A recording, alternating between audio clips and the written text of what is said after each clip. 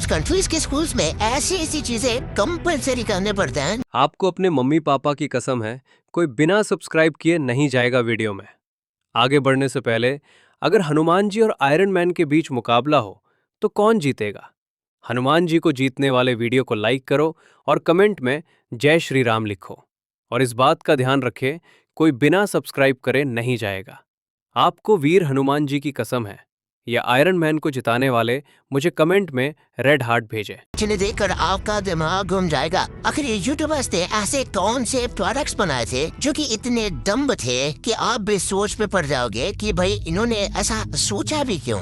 अगर आप भी किसी से मिलने के बाद उनका नाम तुरंत भूल जाते हो तो आपके लिए एक अच्छी खबर है। और एक कौन सा गेम है जिसे विराट कोहली के अलावा सभी खेल सकते हैं? जी हाँ, लेकिन विराट कोहली क्यों नहीं? ऐसा क्यों, इस वीडियो में पता चलेगा, तो इसे एंड तक देखना। और अभी तक चैनल को सब्सक्राइब नहीं किया तो सब्सक्राइब करके बेल आइकन जरूर दबा देना। नंबर 15, 1958 में कोल्ड वॉर के टाइम यूएस एयरफोर्स का बॉम्बर टाइबी आइलैंड के पास एक्सीडेंट का शिकार हो गया था। प्लेन बचाने के लिए क्रू ने एक हाइड्रोजन बॉम्ब समुद्र में गिरा दिया और वो कभी वापस ही नहीं मिला। 10 हफ्तों तक सर्च हुआ सोनार और डाइवर्स के साथ, लेकिन बॉम्ब शैलो पानी में कीचड़ के नीचे कहीं गायब सा हो चुका था। आज भी माना जाता है कि बॉम्ब 10-20 फीट पानी के नीचे पड़ा। कभी कभी रेडिएशन स्पाइक्स रिपोर्ट होता है, पर गवर्नर ने बोल दिया कि ये नहीं निकाला जा सकता। नंबर 14, आज हम फ्रिज में दूध रखते हैं, लेकिन पुराने टाइम में रशिया और फिनलैंड के गांव वालों का तरीका अलग ही था। वो फ्रेश मिल्क के बर्तन में जिंदा ब्राउन फ्लावर डाल देते थे। दूध ठंडा रहता था और सरप्राइजिंगली जल्दी खराब भी नहीं होता था बिना फ्रिज के। बाद में साइंस ने समझा कि फ्रॉग की स्किन से ऐसे सब्सटेंसेस निकलते हैं जो बैक्टीरिया को बढ़ने नहीं देते। इसी वजह से दूध ज्यादा देर तक सेफ रहता था। वाओ। नंबर 13, 2015 में साइंटिस्ट ने एक स्टडी में ये पाया कि जो लोग सोशली एक्टिव होते हैं और रेगुलरली दूसरों से मिलते जुलते हैं और हग्स जैसे सोशल कांटेक्ट रखते हैं, उनके बीमार होने के चांसेस काफी कम होते हैं। इसके मुकाबले जो लोग सोशली आइसोलेटेड रहते हैं उनमें इलनेस का रिस्क ज्यादा होता है। स्टडी के मुताबिक सोशली एक्टिव लोग न सिर्फ कम बीमार पड़ते हैं, बल्कि अगर बीमार हो भी जाए तो ज्यादा जल्दी रिकवर भी कर लेते हैं, क्योंकि सोशल कांटेक्ट से स्ट्रेस हार्मोन्स कम होते हैं, इम्यून सिस्टम स्ट्रॉन्ग होता है और एंटीबॉडीज का लेवल भी बढ़ता है। नंबर 12, क्या आपको पता है कि कई डॉग ब्रीड्स में मेल डॉग्स फीमेल डॉग्स के साथ खेलते वक्त जानबूझकर हार जाता है, चाहे वो फिजिकली कितने ही स्ट्रॉन्ग क्यों ना हो, फिर भी वो इंटेंशनली फीमेल डॉग को प्ले में जीतने रहता है। साइंटिस्ट इस बिहेवियर को सेल्फ हैंडीकैपिंग कहता है, जिसमें मेल डॉग खुद को कमजोर दिखाता है, पीठ के बल लेट जाता है या अपनी स्ट्रेंथ यूज नहीं करता ताकि फीमेल डॉग खेल का मजा ले पाए। नंबर 11, जैसे इंडिया में लोग चाय के दीवाने होते हैं, वैसे ही ब्रिटिश मिलिट्री भी चाय को बहुत सीरियस लेती है।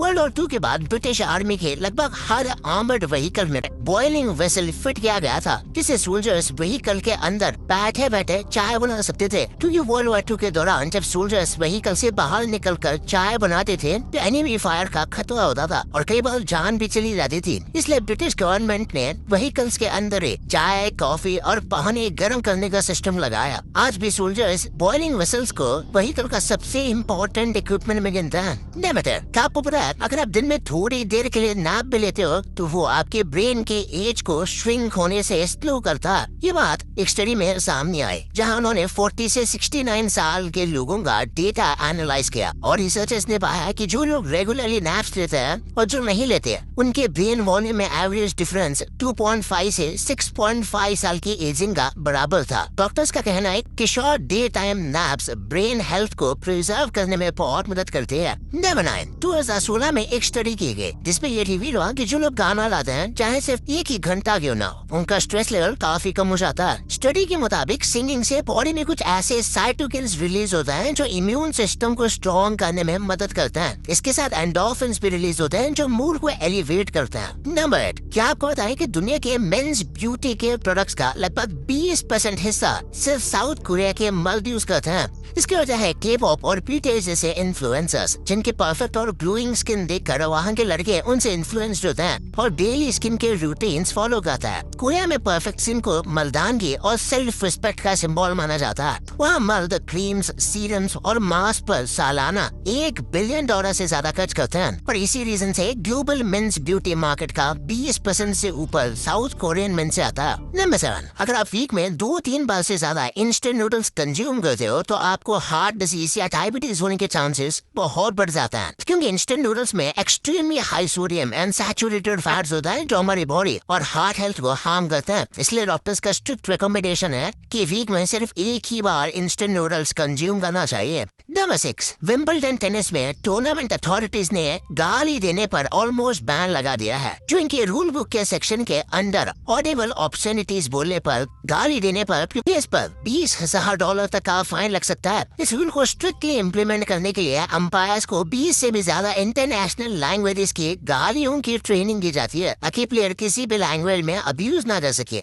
मतलब ये है कि विराट कोहली इस गेम को बिल्कुल नहीं खेल पाएंगे। और अगर आप किसी से मिलने के बाद उनका नाम तुरंत भूल जाते हो तो ये कॉमन प्रॉब्लम है, जिसे हम साइकोलॉजी में नेक्स्ट इन लाइन इफेक्ट कहते हैं, जिसमें जब हम किसी इंसान से मिलता है और वो अपना नाम बताता है तो हमारा दिमाग नेक्स्ट सेंटेंस सोचने में बिजी हो जाता है कि अब मैं क्या बोलूं। मतलब हम नेक्स्ट चीज पर फोकस करते हैं इंस्टेड ऑफ नाम याद रखने पर। और इसका सबसे सिंपल सोल्यूशन है तुरंत उस नाम को रिपीट करो, जैसे nice to meet you Rohit. इससे आपका नाम याद रखने के चांसेस 50% से भी ज्यादा बढ़ जाएंगे। नंबर 4, सोशल मीडिया पर एक न्यूज बहुत सर्कुलेट हो रही है कि एवेंजर्स के अपकमिंग डूम्सडे फिल्म का स्क्रीनिंग टाइम 3 hours 45 minutes होगा। और अगर ये सच हुआ तो ये मूवी एवेंजर्स एंड गेम के 3 घंटे और 1 मिनट के रिकॉर्ड को भी तोड़ देगी और मार्वल की ये सबसे लंबी फिल्म बन जाएगी। ये फिल्म में 2026 में रिलीज होगी और ऑफिशियली तो कोई कंफर्मेशन नहीं आई है। रिसर्चर्स ने बताया कि लोगों के बर्थडे पर मरने के चांसेस नॉर्मल डेज के कंपैरिजन में 13.8% ज्यादा होता है। इसमें उन्होंने 1.2 करोड़ स्विस लोगों का डिटेल्ड मोर्टेलिटी डेटा चेक किया और उनके मरने के रीजन को साइकोलॉजिकल पोस्टपोनमेंट इफेक्ट कहा, जिसमें लोग सबकॉन्शियसली अपने बर्थडे तक जिंदा रहने की स्ट्रॉन्ग मोटिवेशन रखते हैं माइलस्टोन सेलिब्रेट करने के लिए, लेकिन बर्थडे सेलिब्रेशन के तुरंत बाद उनकी बॉडी गिव अप कर देती है। नंबर 2, कुछ ऐसे यूट्यूबर्स हैं जिन्होंने बहुत ही डम या फिर आप कह सकते हो कि वियर्ड प्रोडक्ट्स बनाए थे, जिनके बारे में आपको भी जानना चाहिए। सबसे पहले बात करते हैं केसी नेस्टैट की। केसी नेस्टैट ये यूएसए का एक फेमस ब्लॉगर है जिन्होंने 2015 में बीम नाम का एक वियर्ड ऐप लॉन्च किया था। केसी का आइडिया था कि सोशल मीडिया पर सब फेक परफेक्शन दिखाता है, तो उन्होंने सोचा कि ऐसा ऐप बनाते हैं जहाँ आप देख ही नहीं सकते कि क्या रिकॉर्ड हो रहा है, मतलब लिटरली आंख बंद करके फोटो खींचने जैसा। ऐप का कॉन्सेप्ट था फोन को अपने सीने से लगाओ और उससे प्रॉक्सिमिटी सेंसर कवर हो जाता था, ऑटोमेटिक 4 सेकंड का वीडियो रिकॉर्ड होने लगता था और सीधा अपलोड भी हो जाता था बिना आपको दिखाए। आप प्रीव्यू भी नहीं देख सकते थे कि आपने क्या रिकॉर्ड किया है। प्रॉब्लम ये थी कि ऐसे तो लोग अपने पैर, जमीन, सीलिंग, रैंडम स्ट्रेंजर्स कुछ भी एक्सीडेंटल रिकॉर्ड कर देते थे और वो पोस्ट हो जाता था। केसी चाहते थे कि रियल ऑथेंटिक मोमेंट्स कैप्चर हो, लेकिन लोगों को लगा कि ये तो बकवास है, कौन बिना देखे अपने फोटोज पोस्ट करना चाहेगा। ऐप 2017 में कम्प्लीटली फेल हो गया और CNN ने कंपनी खरीद ली। नेक्स्ट बात करते हैं बेला डेल्फिन की। बेला डेल्फिन यूएसए की एक फेमस कंटेंट क्रिएटर है जिन्होंने जुलाई 2019 में गेमर गर्ल बाथ वाटर नाम का एक प्रोडक्ट लॉन्च किया था। ये लिटरली उनके नहाने का पानी था जो बोतल में भर के $30 में बेच रही थी। ये आज के सबसे वियर्ड प्रोडक्ट में से एक है। फैंस उनकी इंस्टाग्राम फोटोज पर मजाक में कमेंट करते थे कि तेरा बाथ वाटर पी लूंगा, और बेले ने इसी टूल को एक्चुअल प्रोडक्ट में कन्वर्ट कर दिया। 3 दिन में ये सोल्ड आउट भी हो गया। लगभग 600 बॉटल्स बिके, लेकिन पेपाल ने अकाउंट फ्रीज कर दिया क्योंकि ये उनके टर्म्स ऑफ सर्विस के अगेंस्ट था। फिर बात करते हैं मुंबईकर निखिल की। मुंबईकर निखिल इंडिया के सबसे पुराने मोटो व्लॉगर्स हैं जिन्होंने मोटो व्लॉगिंग इंट्रोड्यूस की। 2021-22 के अराउंड उन्होंने लेबल MN नाम से क्लोथिंग ब्रांड लॉन्च किया जिसमें मेनली हुडीज और टी शर्ट थे। शुरुआत में तो थोड़ा रिस्पॉन्स मिला, लेकिन ग्रेजुअली सेल्स डिक्लाइन होने लगे। रीजन ये था कि उनके ऑडियंस उन्हें बाइक्स और ट्रैवल के लिए फॉलो करती थी, फैशन के लिए नहीं। ब्रांड अभी भी टेक्निकली एग्जिस्ट करता है अमेज़न पर, लेकिन पहले जैसी इनको सक्सेस नहीं मिली। इसके बाद विजय गाय की बात करते हैं। विजय ये इंडिया के काफी पॉपुलर शॉर्ट कंटेंट क्रिएटर हैं जिनके इंस्टाग्राम पर 3.8 मिलियन फॉलोअर्स हैं। रिसेंटली उन्होंने गोल्ड स्कूप नाम से घी का बिजनेस स्टार्ट किया जो कि उनके ऑडियंस के लिए काफी अनएक्सपेक्टेड था और वियर्ड भी, क्योंकि उनकी मेजोरिटी ऑडियंस बच्चों और टीनेजर्स के है, जबकि घी खरीदने का डिसीजन यूजुअली घर के अडल्ट स्पेशली वुमेन लेते हैं। इसलिए ये प्रोडक्ट उनके ब्रांड और ऑडियंस डेमोग्राफिक्स के साथ लॉजिकली फिट नहीं बैठा। और लास्ट में बात करते हैं सौरभ जोशी की। सौरभ जोशी ये एशिया के नंबर 1 फैमिली ब्लॉगर हैं, जिनके ऑलमोस्ट 40 मिलियन सब्सक्राइबर है। और उन्होंने 2023-24 में कुनाली टॉयज नाम का एजुकेशनल टॉय बिजनेस स्टार्ट किया था। ये मैकेनिकल और स्टेम बेस्ड टॉय बेचते थे जो बच्चों को बिल्डिंग और इंजीनियरिंग सिखाते हैं। लेकिन इनिशियल रिस्पॉन्स मिक्स था, क्योंकि टॉयज का प्राइस काफी प्रीमियम था, 900 रुपए से लेकर 1200 के बीच। बच्चे खुद इतना महंगा टॉय अफोर्ड नहीं कर सकते थे और कई पेरेंट्स को ये वैल्यू फॉर मनी नहीं लगा कंपेयर टू चीपर ऑल्टरनेटिव्स जो मार्केट में पहले ही अवेलेबल है। ब्रांड अभी भी एक्टिव है अपनी वेबसाइट पर, लेकिन वो मैसिव स्केल तक नहीं पहुंची जो सौरभ जैसे मैसिव क्रिएटर से एक्सपेक्ट की जाती है।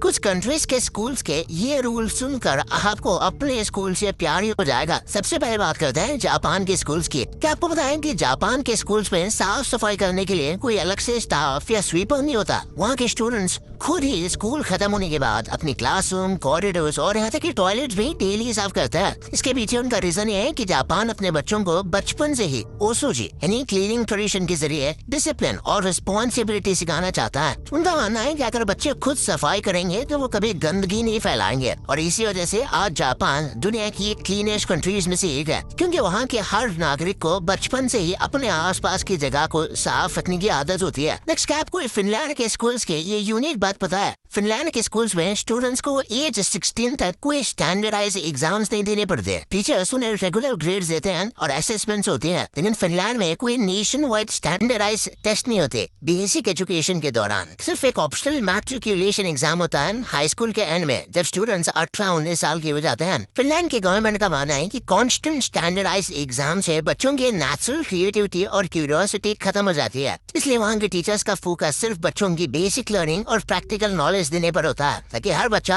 अपनी रफ्तार से ही सीखे। इसके बाद बात करते हैं चाइना के स्कूल्स की। जब हम स्कूल में थे तो लंच के बाद अगर डेस्क पर सर रख देते तो टीचर से डांट मिलती थी, लेकिन चाइना में बच्चों को लंच के बाद स्कूल के अंदर ही 30 मिनट से 1 घंटे तक सोने का ऑफिशियल ब्रेक दिया जाता है, ताकि उनका दिमाग और बॉडी फ्रेश हो सके। चाइनीज गवर्नमेंट का मानना है कि दोपहर की नींद से बच्चों का फोकस और मेमोरी पावर बढ़ती है। कई स्कूल्स में स्पेशल फोल्डिंग बेड्स और मैट्स भी प्रोवाइड किए जाते हैं। फिर नेक्स्ट यूके के कुछ स्कूल्स में स्टूडेंट्स को बेस्ट फ्रेंड बनाना डिस्करेज किया जाता है। वहाँ के टीचर्स का मानना है कि इससे बच्चों का सोशल सर्कल छोटा हो जाता है और एक्सक्लूजन क्रिएट होती है। उनका लॉजिक ये है कि अगर कोई बच्चा सिर्फ एक ही बेस्ट फ्रेंड बनाएगा तो वो उसी के साथ ही रहेगा, और किसी वजह से उनके फ्रेंड ट्रांसफर हो गए या कहीं चले गए तो वो बच्चा अकेला महसूस करेगा और चांस ये भी है कि डिप्रेशन में चला जाएगा। इसलिए वहाँ के स्कूल्स ने स्टूडेंट्स को एनकरेज किया है कि वो लार्जर ग्रुप्स में फ्रेंड्स बनाए इंस्टेड ऑफ जस्ट एक ही बेस्ट फ्रेंड। ये पॉलिसी कॉन्ट्रोवर्शियल है और सभी स्कूल्स में फॉलो नहीं होती, लेकिन कुछ एलिट स्कूल्स जैसे प्रिंस जॉर्ज का स्कूल उसमें ये प्रैक्टिस की जाती है। भाई ये तो ठीक है, आपको पता चल गया, पर यूट्यूब के कुछ हिडन चीजें हैं या ऐसे फैक्ट्स हैं जो आपने कभी नोटिस ही नहीं किए। और भाई यूट्यूबर्स के इन सीक्रेट चैनल्स को देखकर आप भी सोचोगे कि भाई ये यहाँ क्या कर रहे थे और कैसे ये जानवर आपकी जान डेली बचा रहा है और आपको पता भी नहीं। वो कैसे, इस वीडियो में पता चलेगा, तो इसे अभी दबाओ यार, बहुत मस्त वीडियो है। और अभी तक चैनल को सब्सक्राइब नहीं किया तो चैनल को सब्सक्राइब करिए, बेल आइकन जरूर दबा देना। तो मिलते हैं अगले वीडियो में, तब तक के लिए बाय।